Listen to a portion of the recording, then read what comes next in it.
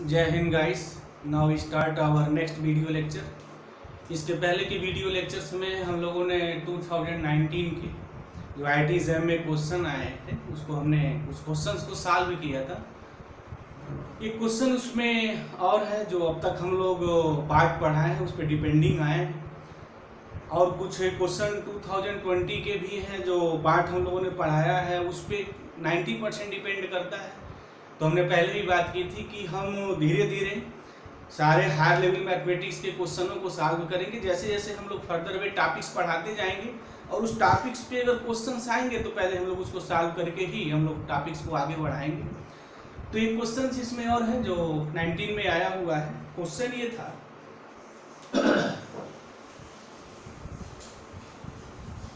If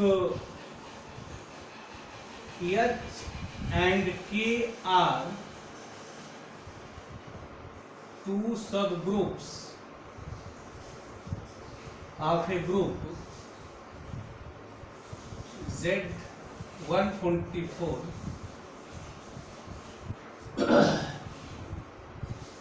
let order of H, हम shortcut में बातों को लिख दे रहे हैं, क्वेश्चन यही था, let order of H and order of K are 24 and 36 respectively, then order of H intersection K is, option में क्या क्या गिवन था? ए ऑप्शन में जो था वो 3 था, बी ऑप्शन में जो था वो 4 था, और जो सी ऑप्शन था उसमें 6 गिवन था, और डी लास्ट ऑप्शन में 12 दिया गया था। ये क्वेश्चन था। तो इस टाइप का क्वेश्चन आईआईटी एग्जाम वाले ने 19 में पूछा था कि if H and K are two subgroups of a group Z144, given क्या था? Let order of H and order of K are 24 and 36 respectively, then इस H इंटरसेक्शन के आर्डर्स की बात पूछी गई थी कि what is the order of H intersections K. तो थोड़ा हम लोग इस पे बात कर लें अपनी। ऑलरेडी हम लोगों ने एक चीज डिस्कस की थी, जो Zn है, where n belongs a natural number for all is a cyclic group under addition. ये ऑलरेडी हम लोगों ने देखा है, एक साइक्लिक ग्रुप होता है अंडर एडिशन। तो यहाँ जो Z144 है, इसका जो ऑर्डर होगा, नंबर्स ऑफ जो एलिमेंट्स हैं 144 दिस, तो ये इसका ऑर्डर होगा, और ये हमारा जो है साइक्लिक ग्रुप है। और एक चीज हम लोग जानते हैं कि साइक्लिक ग्रुप के जितने सब ग्रुप होते हैं वे भी साइक्लिक होते हैं। तो मीनिंग यहाँ ये हो जाएगी कि जो H एंड K है, ये रिजल्ट है कि we know that every subgroup of a cyclic group is cyclic cyclic होते हैं। यहाँ हमें H इंटरसेक्शंस के बारे में, के आर्डर के बारे में बात करनी है। एक और रिजल्ट हम लोगों ने डिस्कस किया था और उसी को हमने प्रूव भी किया था।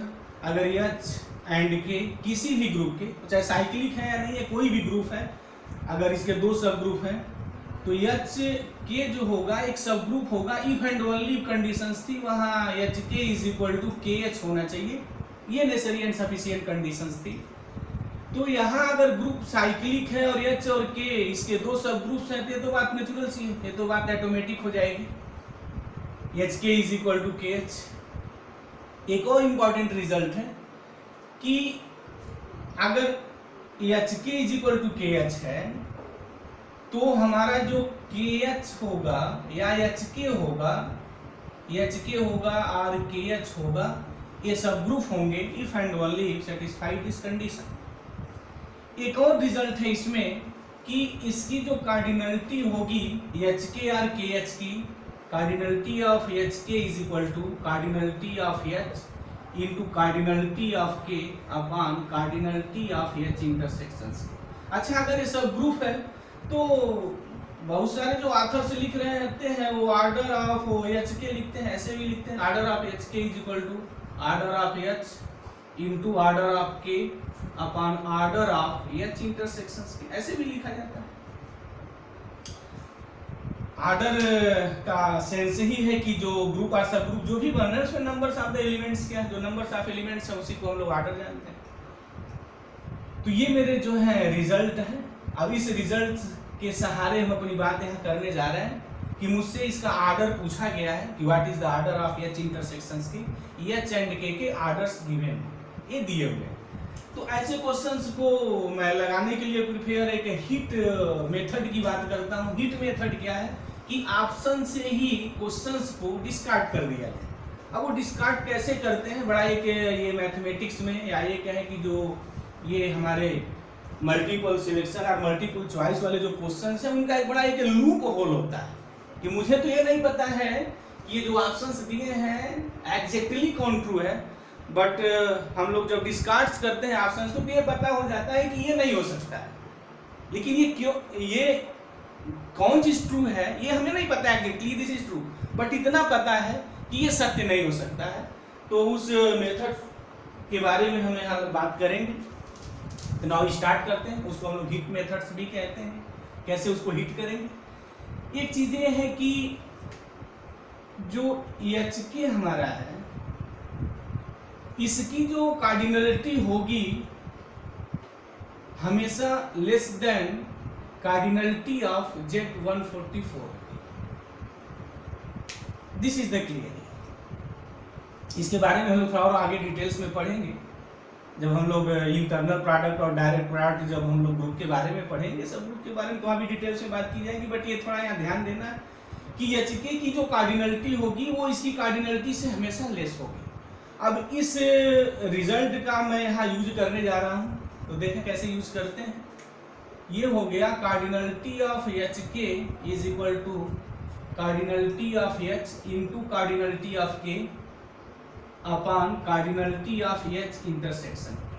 अच्छा, इसको ऑर्डर भी लिखे तो कोई प्रॉब्लम नहीं। तो कैसे लिखेंगे, ऑर्डर ऑफ जो एच के हमारा होगा is equal to order of H into order of K upon order of H intersection K. मुझे इसके ऑर्डर निकालने हैं। और अभी हमने कहा कि इसकी जो कार्डिनलिटी है या जो ऑर्डर है always less than order of this. अच्छा, इसका जो ऑर्डर है 144 है, तो इसकी मीनिंग ये हो गई कि जो ये इंटायर ये चीज मेरी है इसकी वैल्यू जो आएगी वो लेस देन 144 होगी। बिल्कुल बात क्लियर हो गई कि ऑर्डर ऑफ जो एच के होगा वो लेस देन 144 होगा और order of H K is equal to this much, meaning less than 144। अब हम देख लेते हैं इसमें से कौन ऑप्शन हो सकता है। एच इंटरसेक्शन के का अगर ऑर्डर मैं यहाँ 3 ले लूँ तो इसकी कार्डिनलिटी क्या आई, ये हम इस वैल्यू को अगर मैं लिखूं तो ये हो गया order of H into order of K upon order of H intersection K less than 144। अब ऑर्डर ऑफ एच कितना है, दिस इंप्लाइज अगर मैं लिखूं ऑर्डर ऑफ एच गिवन है, order of H is 24, this is the 24 into order of के this is the 36 upon मुझे order of H intersections के की बात करनी है। अच्छा, ये जो भी वैल्यू आएगी लेस देन 144 होना चाहिए। अब हिट कर लेते हैं, डायरेक्ट हिट मारते हैं, देखते हैं कि क्या ये 3 हो सकता है क्या। अगर मैं यहाँ 3 लिखूं तो 3 लिखने के बाद क्या होगा 24 into 36 if order of H intersection के इज इक्वल टू 3 देन 3 8 जा और 8 में अगर इससे हम मल्टीप्लाई करें 288 ये वैल्यू आएगी और 288 नेवर लेस देन 144, ये सही नहीं है, दिस इज नॉट ट्रू। तो इसकी मीनिंग ये होगी कि जो ऑर्डर ऑफ एच इंटरसेक्शंस के होगा वो ये नहीं हो सकता, दिस इज नॉट ट्रू। तो क्या 4 हो सकता है क्या, तब 4 करके देख लेते हैं। अगर 4 होगा तो 4 6 जा हो गया। अच्छा, 6 में अगर 36 से मल्टीप्लाई करेंगे 156, ये मेरा 156 हो गया। अब अगेन 156 नॉट लेस देन 144, ये तो ग्रेटर होता है, मीनिंग ये भी ट्रू नहीं है। तो ये ट्रू नहीं है, इसकी मीनिंग मेरी क्या हो गई कि ये भी आर्डर ऑफ एच इंटरसेक्शन के जो है 4 भी नहीं हो सकता है क्या, 6 हो सकता है क्या? अगर मैं यहाँ 6 लिख दूँ तो यहाँ 4 आ जाएगा, और 4 इंटू 36 अगर हम मल्टीप्लाई करते हैं तो ये मेरा 144 हो जाएगा। और 144 लेस देन 144 नहीं होता है, 144 इज इक्वल टू 144 होता है। मैथमेटिक्स में तो ये लिखा ही नहीं जाता है, ये मैथमेटिक्स में तो लिख ही नहीं सकते। हाँ ये लिख सकते हैं, दिस इज ट्रू, बट ये ट्रू नहीं है। तो मीनिंग क्या हो गई कि जो आर्डर ऑफ एच इंटरसेक्शंस के होगा वो 6 भी नहीं हो सकता है। तो एक ऑप्शन ट्रू होने हैं डेफिनेटली। अगर मैं यहाँ 12 लिख दूं, अगर मैं आर्डर ऑफ एच इंटरसेक्शंस के अगर मैं 12 ले लूं तो डेफिनेटली वो जो वैल्यू आएगी 144 से लेस हो जाएगी। 3 ऑप्शंस डिस्कार्ड हो गए, तो नेचुरल सी बात है जो डी ऑप्शन होगा दिस इज द ट्रू। तो ये बड़ा एक जो है लूप होल है इस टाइप के जो नॉन सब्जेक्टिव्स जो क्वेश्चंस पेपर सेट करते हैं। तो एक बड़ा एक इसको हम हिट मेथड्स कहते हैं, और हम बहुत सारे क्वेश्चंस इस तरीके से भी डेवलप करेंगे, लगाएंगे भी। जब हम लोग आगे फर्दर अभी पढ़ाएंगे, आगे बढ़ेंगे, तो इस क्वेश्चंस को दूसरे तरीके से भी लगाया जाएगा जहाँ हम हिट मेथड्स नहीं करेंगे। बट ये कंपटीशंस में बड़ा मायने रखता है कि काउंटर एग्जाम्पल लाएं और हिट मेथड्स अप्लाई करें, क्योंकि वो टाइम्स को, मिनिमम टाइम्स को वो क्वेश्चंस को सॉल्व कर देते हैं। अब हम लोग एक नेक्स्ट क्वेश्चंस पे आते हैं, और यहाँ IIT एग्जाम में एक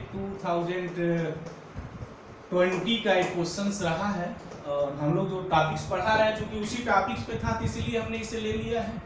एक IIT एग्जाम 2020 का ये जो एक क्वेश्चंस आया था, बनाया गया था, और यहाँ थोड़ा काउंटेबल और अनकाउंटेबल की बात की गई थी। तो अभी तो हम काउंटेबल अनकाउंटेबल नहीं पढ़ाए हैं, बट जब मैं काउंटेबल अनकाउंटेबल रियल एनालिसिस में आएंगे तो इसका पोस्टमार्टम करेंगे, कायदे से इनकी बकिया उधेड़ेंगे।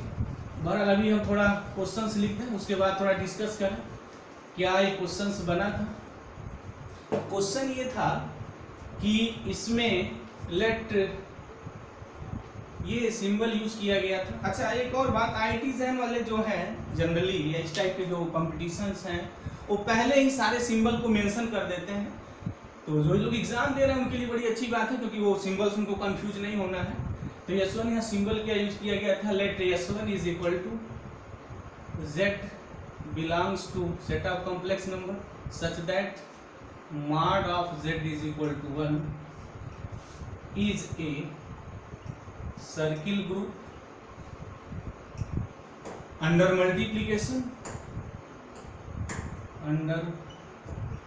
multiplication where यहाँ जो आयोटा है वो अंडर रूट -1 है।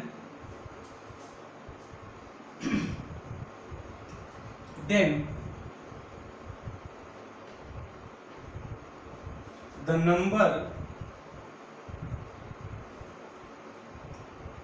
number in set, अच्छा कौन सेट था, सेट लिखा गया था theta belongs to R such that e raised to the power 2 pi I theta is infinite is option में था कि इम्पटी होगा, देन नंबर नहीं सेट, ऐसे लिखा है, बात तो बात एक ही है, कुछ भी लिखे। जो सेट था उस नंबर्स की बात की गई थी, और देन द सेट इज क्या होगा, इम्पटी होगा। सेकंड नॉन इम्पटी, अच्छा आप ऑप्शंस जो यूज किए थे IIT एग्जाम वाले वो ये भी लिखे थे, मैं भी यहाँ ये भी लिखूँ नॉन इम्पटी, बस 1 2 3 4 लिखे कोई प्रॉब्लम नहीं है। इम्पटी था, नॉन इम्पटी था, सी जो था वो यहाँ काउंटेबल की बात की गई थी, और डी ऑप्शंस में अनकाउंटेबल की बात की गई थी कि ये अनकाउंटेबल दिया गया था। ये क्वेश्चंस था, पूरा क्वेश्चंस को एक बार हम लोग पढ़ें। क्या है क्वेश्चंस, लेट S डैश, ये जो सेट है, सेट कैसा है, mod of Z is equal to 1, मतलब कि हम उन कॉम्प्लेक्स नंबर्स को लिखेंगे जिनकी एब्सोल्यूट वैल्यू 1 होती है। अच्छा एब्सोल्यूट वैल्यू 1 है, इसकी मीनिंग क्या, थोड़ा यहाँ डिटेक्ट कर दें। ये तो पहले से ही लोगों को नॉलेज रहता है, mod of Z is equal to 1, this imply x square plus y square is equal to 1। Meaning ये हो गई कि this is the unit circle, ये मेरी यूनिट सर्किल है जिसकी रेडियस 1 है, और इस सर्किल पे जितने भी एलिमेंट होंगे, this circle lie on this circle, ये set S1, this is set S1, ये सेट S1 कि मतलब वो कॉम्प्लेक्स नंबर जिनका मार्क Z1 है, तो उसका ज्योमेट्रिकल मीनिंग क्या हो गई कि दिस सर्किल्स पे लाई करने वाले सारे कॉम्प्लेक्स नंबरों का सेट S1 है। इसको सर्किल ग्रुप कहा गया है। अंडर मल्टीप्लिकेशन आयोटा सबको पता है, अंडर रूट -1। अब ये बात की गई है देन द सेट, जो सेट होगा, सेट कैसा है, थीटा बिलोंग्स आर, मतलब कि हम उन रियल नंबरों की बात कर रहे हैं। कैसे रियल नंबरों की बात कर रहे हैं, जो इस एलिमेंट से जनरेट हो, this is the element, generate हो इज इनफाइनाइट। मीनिंग ये होनी चाहिए कि ये जो वैल्यू आनी चाहिए उसमें इनफाइनाइट नंबर होने चाहिए, इज इनफाइनाइट। तो हम देखते हैं कि ये इस एलिमेंट से जनरेट होने वाला सेट कैसा है, वहाँ थीटा की वैल्यू क्या क्या होगी, और थीटा की वैल्यू जो जो होगी हमें थीटा को काउंट करना है, काउंट करने के बाद सेट बनाना है। तो मुझे उम्मीद है कि ये जो क्वेश्चन पूछा गया था वो क्वेश्चन क्लियर हो गया होगा। यहाँ तो नो डाउट क्या है कि वे कॉम्प्लेक्स नंबर्स हैं जो यूनिट सर्किल पे लाई करते हैं, ये मेरे सेट S1 है। उसके बाद मुझे जिस सेट के नंबर्स को काउंट करना है, बताना है, हमें कोई उन रियल नंबरों को बताना है जो ये सेट मेरा, जो ये सेट जो बनेगा, जो जनरेट हो रहा है इस तरीके से, जो एलिमेंट e⁻² थीटा लिखा है, वे नंबर्स जो इनफाइनाइट मिलते हैं, तो उसमें थीटा की वैल्यू क्या क्या होगी, तो वो थीटा हम यहाँ लिखेंगे और देखेंगे कि वो इन ऑप्शनों में से क्या आते हैं। तो अब मेरा जो पूरा जो माइंड होगा वो इस चीज पे होना चाहिए। क्या है देखते हैं, ये जनरेटर कैसा हो रहा है, e⁻² थीटा क्या है ये, इसको हम लोग लिखते हैं कास, सबको पता है कास 2 pi theta plus iota sine 2 pi theta. अच्छा, एक ही एलिमेंट पकड़ लेते हैं, देखते हैं क्या वैल्यू आनी है इसकी।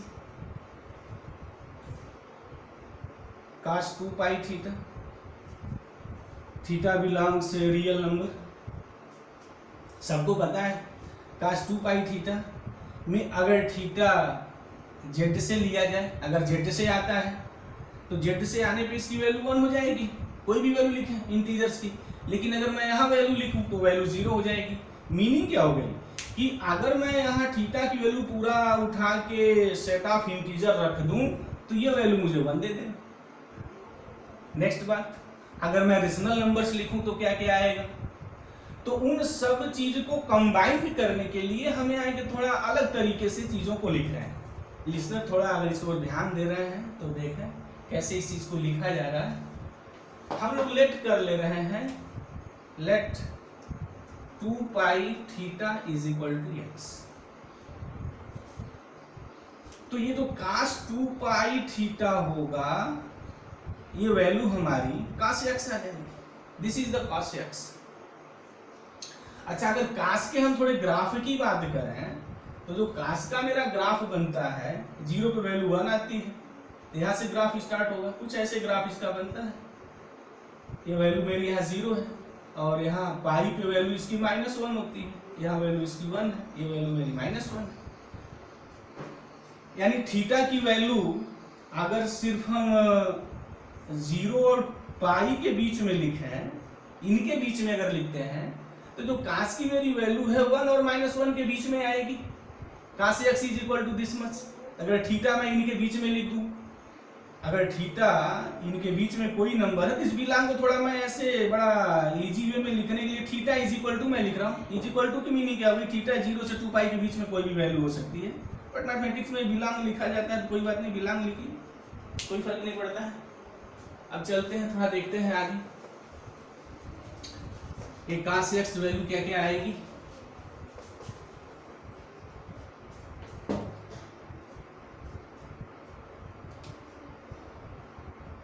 यानी ये मीनिंग हो गई कि अगर हमारा थीटा 0 से पाई के बीच में हम कोई वैल्यू ले लें तो जो कास x की जो वैल्यू मेरी आएगी वो -1 से 1 आएगी, ये वैल्यू आएगी दिस, यहाँ से यहाँ तक by graph. This is the clear here. मतलब क्या हो गया हमारा कि अगर थीटा इनके बीच में है तो कास की जो वैल्यू आएगी -1 और 1 के बीच में, यानी थीटा नहीं सॉरी यक्स अगर इनके बीच में है, सॉरी यक्स अगर इनके बीच में है, अगर x 0 से पाई मैं लिखूं तो ये वैल्यू आएगी हमारी कास x की, दिस। अब मुझे 2 पाई थीटा की बात करनी है, तो कास 2 पाई बाई थीटा की वैल्यू क्या होगी, सॉरी 2 पाई थीटा की, तो x is equal to 0 less than is equal to x मैं यहाँ लिख दूं, x 2 पाई थीटा हमने कंसीडर किया है, less than is equal to pi. 2 pi से मैं थोड़ा डिवाइड कर दूं, पॉजिटिव नंबर है, 2 पॉजिटिव है, पाई भी पॉजिटिव है, तो प्रोडक्ट भी पॉजिटिव होगा, तो पॉजिटिव से डिवाइड करने पे इनइक्वालिटी वही रहती है, इनइक्वालिटी का रूल है, सबको पता है। तो 0 less than or equal to positive 2 pi से डिवाइड करेंगे तो 2 pi theta by 2 pi less than or is equal to pi upon 2 pi. अब ये वैल्यू मुझे क्या मिलेगी, 0 less than or is equal to 2 pi cancel, this is the theta less than or is equal to what 1/2। Meaning हमारी क्या हो गई, meaning हमारी ये हो गई कि अगर थीटा की वैल्यू मैं 0 और 1/2 के बीच में लिखूं तो इसकी वैल्यू जो होगी मेरी 1 और -1 के बीच में आएगी। अच्छा, साइन उसके करस्पॉन्डिंग है, वैसे मुझे कोई बड़ी प्रॉब्लम नहीं है, क्योंकि ये और ये क्वांटिटी ऐड होगी, कभी जीरो मिलेंगे नहीं, क्योंकि ये कॉम्प्लेक्स नंबर है, और मेरा कुछ भी लिखेंगे तो रियल आएगा, और सम ऑफ रियल एंड एक जो imaginary part into any real number वो जीरो नहीं होगा, ये जीरो तभी होगा जब ये बोथ दोनों जीरो हो। तो कहने का हमारा मतलब क्या होगा, जब हम वैल्यू थीटा अगर मैं 0 और 1/2 के बीच में अगर मैं कोई नंबर से अगर लिख दूं पिकअप करके उठा के, तो उसकी वैल्यू 1 और -1 के बीच में आएगी, जबकि थीटा और वो वैल्यू हमारी क्या वैल्यू आएगी, व्हाट्स, अगर मैं थीटा इनके बीच में पिकअप कर दूं तो इसकी वैल्यू जो आएगी -1 और 1 के बीच में आएगी, और -1 और 1 के बीच में जो नंबर्स मिलेंगे जिसकी बात की गई थी कि e⁻² पाई आयोटा थीटा जो है वो इज इनफाइनाइट होना चाहिए, मतलब इसकी वैल्यू जो होनी चाहिए वो इनफाइनाइट होनी चाहिए। तो इनफाइनाइट -1 और 1 के बीच में इनफाइनाइट नंबर है ही है। अब यहाँ जो बात ऑप्शंस की थी, थोड़ा हम ऑप्शंस पे आ जाते हैं, देख लेते हैं। पहला ये कहा गया था इम्पटी होगा, थीटा इम्पटी होगा, थीटा तो इम्पटी है नहीं। थीटा की वैल्यू अगर मैं, कहने का मतलब ये है, लिसनर थोड़ा ध्यान दें, थीटा अगर मैं ये लिखूं this theta just like as a interval 0 to 1/2, ये तो थीटा की वैल्यू लिखने पर जो हमारी कास की वैल्यू आ रही है वो -1 से 1 के बीच में आ रही है, और -1 और 1 के बीच में कितने नंबर्स होंगे, ये हम कास की वैल्यू की बात कर रहे हैं, इसी करस्पॉन्डिंग साइन की वैल्यू निकाली जा सकती है। तो चावल के दाने की तरह एक पकड़िए, बाकी कोई जरूरत है नहीं, क्योंकि मुझे फाइनाइट इनफाइनाइट की बात करनी है, मैं इसकी बात यहाँ देख लूँ, सिमिलरली इसकी बात की जा सकती है। तो मैं इसकी बात यहाँ देख रहा हूँ, थीटा की वैल्यू अगर इनके बीच में लिखते हैं हम, तो जो वैल्यू -1 से 1 के बीच में आनी है, मीनिंग हमारी क्या हो गई कि ये जो -1 और 1 के बीच में जो मुझे वैल्यू मिल रही है दिस इज इनफाइनाइट, मतलब ये बात मेरी सेटिस्फाई कर रही है। किस थीटा के लिए मिल रही है, वो थीटा 0 से 1/2 कोई भी नंबर अगर उठा के लिख दे, और 0 और 1/2 के बीच कितने नंबर्स आएंगे, क्या ये इम्पटी सेट मिलेगा, नहीं इम्पटी सेट नहीं है, this is not empty set. अच्छा, नॉन इम्पटी एंड यहाँ फाइनाइट था, non empty and finite, finite भी नहीं है theta, this is not a finite, इसमें तो नंबर जो है वो इनफाइनाइट है। अच्छा, ये काउंटेबल नहीं होता है, जब मैं रियल एनालिसिस पढ़ाऊंगा तो काउंटेबल एंड काउंटेबल की बात मैं करूंगा और काफी डिटेल्स में बात करूंगा। कोई भी जो इंटरवल्स होता है वो इंटरवल्स अगर उसको हम फाई न कहें तो जो मेरा इंटरवल्स है, मतलब वो इंटरवल्स ऐसा ना हो, ए ना हो जिसको जनरली हम फाई लिख देते हैं, एक क्लोज इस टाइप का ना हो जिसको सिंगलटन लिख देते हैं। अगर इस दो इंटरवल्स नहीं है, बाकी इंटरवल्स भी मैं डिटेल से बात करूंगा, कोई भी इंटरवल है अगर, तो वो इंटरवल हमेशा अनकाउंटेबल होता है, ऑलवेज अनकाउंटेबल। तो इसका जो ऑप्शन होगा, चूंकि इंटरवल मिलेगा तो दिस इज द काउंटेबल होने की संभावना नहीं है, यही सफिशिएंट है इसको काटने के लिए, तो this is the your uncountable, वो मेरा अनकाउंटेबल होगा। तो मुझे उम्मीद है कि गाइस ये बात क्लियर हो गई होगी। तो यहाँ जो रहस्य था इसमें छुपा हुआ था, हमें उस थीटा को खोज के निकाल लेना था कि जो ये इनफाइनाइट एलिमेंट्स मिलते हैं, वैल्यू इनफाइनाइट नहीं है गाइस, यहाँ ध्यान देना, ये ऐसे लिखा गया इसका मतलब कि ये जो एलिमेंट जनरेट करेंगे वो infinite numbers of the element होने चाहिए। ऐसा मत हाँ समझना है कि इसकी वैल्यू इनफाइनाइट आएगी, e⁻² पाई आई थीटा तो इनफाइनाइट हो ही नहीं सकता, नेवर, वो कभी इनफाइनाइट नहीं होगा। ये कॉम्प्लेक्स नंबर है और वो जो भी हम एक्सपोनेंशियल्स में आएंगे उसकी वैल्यू को लिखेंगे तो हमेशा इसका जो मान आएगा वो 1 हो जाएगा। तो इसके इनफाइनाइट का सेंस है कि simply it contains the infinite number of the element. तो थीटा की कौन कौन सी वैल्यू आएगी, तो हमने एक एग्जांपल लिया, इन्हीं के बीच में, इनके बीच में थीटा ए आ रहा है और this is the infinite and uncountable, hence जो ऑप्शन डी होगा दिस इज राइट। तो मुझे उम्मीद है गाइस से क्लियर हो गया होगा। अब फर्दर वे हम लोग आगे इसमें ग्रुप थ्योरी में डिस्कस करेंगे। जय हिंद guys, thank you very much.